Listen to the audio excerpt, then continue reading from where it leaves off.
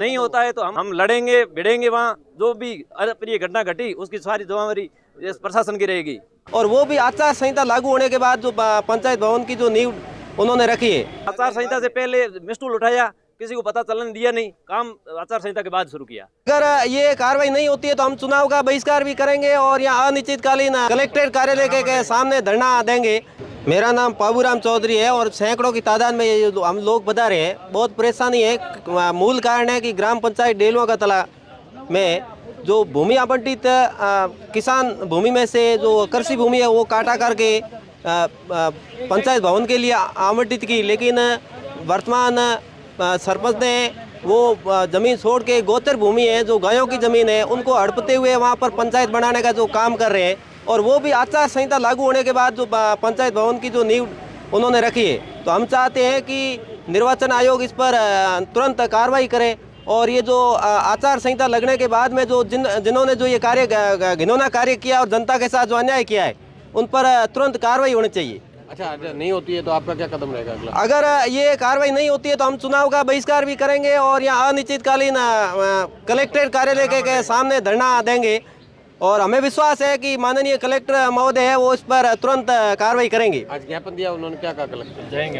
अभी कल हमारे भाइयों ने ज्ञापन दिया था, लेकिन उस पर कोई विशेष कार्रवाई नहीं हुई। इस कारण सैकड़ों की तादाद में लोग अभी पधारे हैं, कुछ लोग और भी बाहर आ रहे हैं और हम चाहते हैं कि तुरंत इस पर एक्शन लिया जाए और हमारे जो बुजुर्ग वगैरह जो इतने परेशान हो रहे हैं, पूरा गांव में आक्रोश है और इस आक्रोश के तहत हम चाहते हैं कि जनता के साथ न्याय होना चाहिए। और मर्दानरा में हम डेलुआ का तला ग्रामवासी आए हैं यहाँ, जो 2020 में 19-20 में जो नवसर्जित ग्राम पंचायत है बिसारनिया से डेलुआ का तला अलग हुई है। उस ग्राम पंचायत भवन के लिए जमीन आवंटन वास्ते 2020 में अगस्त 2020 में सरपंच थे नहीं, क्योंकि नया था ग्राम पंचायत।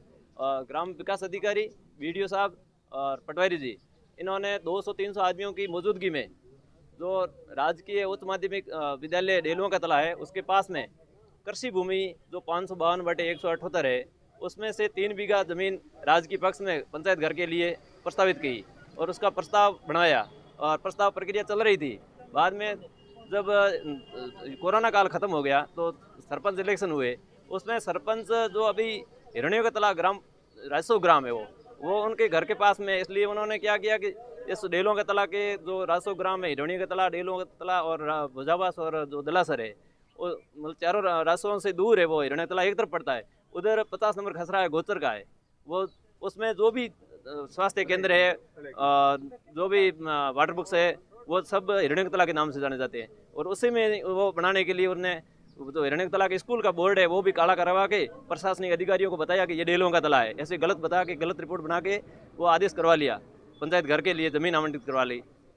फिर हमको मांग क्या है? हमारी मांग ये है कि वो अभी जो ये आचार संहिता लगी है इसमें उसने वहाँ पर काम शुरू करवा दिया पंचायत घर का, जो मुख्यालय से 6-7 किलोमीटर दूर है।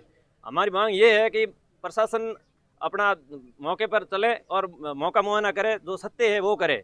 जो 80% लोगों को मतलब इसमें अन्याय हो रहा है, 80% लोगों के साथ सिर्फ 15-20% लोगों के फायदे। आचार संहिता के बाद में वो काम शुरू? हाँ, काम उन्होंने बाद में शुरू किया और आचार संहिता से पहले मिसटूल उठाया, किसी को पता चलने दिया नहीं, काम आचार संहिता के बाद शुरू किया।